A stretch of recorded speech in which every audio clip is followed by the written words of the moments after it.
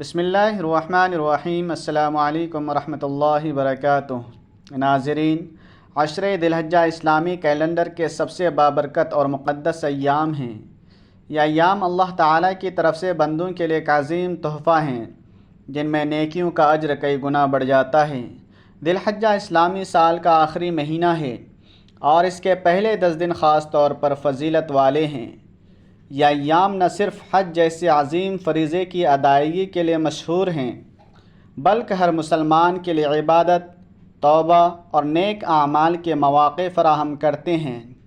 اس video میں ہم عشرہ ذی الحجہ کے فضائل، اس کے اہم اعمال اور ان کی اہمیت پر روشنی ڈالیں گے تاکہ آپ ان مبارک ایام سے زیادہ فائدہ اٹھا سکیں۔ اللہ تعالیٰ نے سورہ اعراف میں ذی الحجہ کی پہلی 10 راتوں کی قسم کھائی ہے۔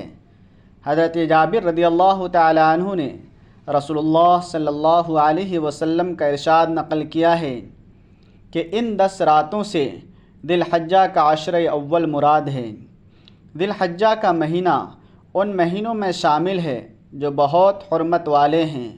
خود قرآن مجید میں سورہ توبہ آیت نمبر 34 میں اس کا ذکر آیا ہے۔ حدیث میں بھی اس کا ذکر ہے۔ رسول اللہ صلی اللہ علیہ وسلم نے ارشاد فرمایا کہ ان ایام سے بڑھ کر عمل کے اعتبار سے کوئی افضل دن نہیں ہے۔ صحابہ رضوان اللہ علیہم نے عرض کیا، جہاد بھی نہیں؟ آپ صلی اللہ علیہ وسلم نے ارشاد فرمایا، ہاں، یہ جہاد سے بھی بڑھ کر ہے، سوائے اس شخص کے جو اپنی جان و مال کے ساتھ جہاد کے لیے نکلا اور کوئی چیز ساتھ لے کر واپس نہ آ سکا۔ بخاری شریف۔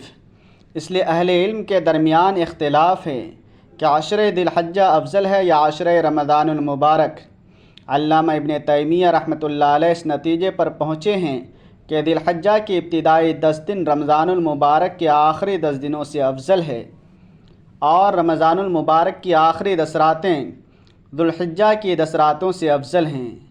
انہی 10 دنوں میں یوم عرفہ یعنی 9 ذی الحجہ ہے جو حج کا اصل دن ہے، اور 10 ذی الحجہ یعنی عید قرباں کا دن بھی شامل ہے، جس کی خصوصی فضیلت ظاہر ہے۔ عشرہ ذی الحجہ کے اعمال میں ایک روزہ ہے۔ رسول اللہ صلی اللہ علیہ وسلم کی بعض ازواج مطہرات سے مروی ہے کہ آپ صلی اللہ علیہ وسلم ذی الحجہ کے 9 دنوں کے روزے رکھا کرتے تھے، یعنی پہلی ذی الحجہ سے 9ویں ذی الحجہ تک۔ سنن ابی داؤد۔ اسی عشرے میں 9 ذی الحجہ کی تاریخ یعنی یوم عرفہ آتا ہے، جس کے بارے میں ابو قتادہ رضی اللہ عنہ نے رسول اللہ صلی اللہ علیہ وسلم کا ارشاد نقل کیا ہے کہ میرا خیال ہے کہ یوم عرفہ کا روزہ گزشتہ 1 سال اور آئندہ 1 سال کے گناہوں کے لیے کفارہ ہو جائے گا۔ البتہ اس سے صغیرہ گناہ مراد ہیں، جو کبیرہ گناہ ہیں وہ سے معاف نہیں ہوتے۔ ان کے لیے شریعت کے مقرر کیے گئے اصول کے مطابق مقررہ افعال کو انجام دینا، لوگوں کے حقوق سے متعلق گناہ ہو تو ان حقوق کو ادا کرنا یا معاف کرانا اور توبہ کرنا ضروری ہے۔ البتہ حجاج کو میدان عرفات میں روزہ نہیں رکھنا چاہیے تاکہ وہ اس دن اچھی طرح یوم عرفہ کی دعاؤں کا اہتمام کریں۔ حضرت ام فضل بن حارث رضی اللہ تعالیٰ عنہ روایت کرتی ہیں کہ عرفہ کے دن لوگوں کو شک تھا کہ آج آپ روزہ سے ہیں یا آپ نے روزہ نہیں رکھا ہے۔ میں نے اس کو جاننے کے لیے آپ صلی اللہ علیہ وسلم کے پاس پانی کا ایک پیالہ بھیجا۔ آپ صلی اللہ علیہ وسلم نے اسے نوش فرما لیا۔ بخاری شریف۔ گویا آپ صلی اللہ علیہ وسلم نے عملی طور پر واضح فرما دیا کہ آپ آج روزے کی حالت میں نہیں ہیں، لہذا یوم عرفہ کو حجاج کے لیے روزہ نہیں رکھنا بہتر ہے۔ روزہ کے علاوہ اس عشرے میں بعض دیگر اعمال بھی مستحب ہیں، اور آپ صلی اللہ علیہ وسلم نے اس کی تلقین فرمائی ہے۔ حضرت عبداللہ بن عمر رضی اللہ تعالیٰ عنہ آپ صلی اللہ علیہ وسلم کا ارشاد نقل کرتے ہیں کہ ذی الحجہ کے ابتدائی 10 دنوں سے بڑھ کر اللہ تعالیٰ کے نزدیک عظیم دن نہیں ہے، اور ان دنوں کے اعمال سے بڑھ کر کسی دن کے اعمال اللہ تعالیٰ کو زیادہ محبوب نہیں ہیں۔ اس لیے تم ان دنوں میں لا الہ الا اللہ، اللہ اکبر اور الحمدللہ کا کثرت سے اہتمام کرو۔ تکبیر ہی کی ایک صورت تکبیر تشریق ہے۔ یوں تو 9 ذی الحجہ کی فجر سے 13 ذی الحجہ کی عصر تک ہر نماز با جماعت کے بعد تکبیر تشریق پڑھنا واجب ہے، لیکن اس کے علاوہ بھی زیادہ سے زیادہ تکبیر پڑھنے کا اہتمام کرنا چاہیے۔ چنانچہ حضرت عبداللہ بن عمر رضی اللہ تعالیٰ عنہما اور حضرت ابو ہریرہ رضی اللہ تعالیٰ عنہ سے روایت ہے کہ وہ اس عشرے میں بازار میں نکلتے، زور سے تکبیر تشریق پڑھتے اور ان کے ساتھ ساتھ دیگر حضرات بھی پڑھتے۔ صحیح بخاری۔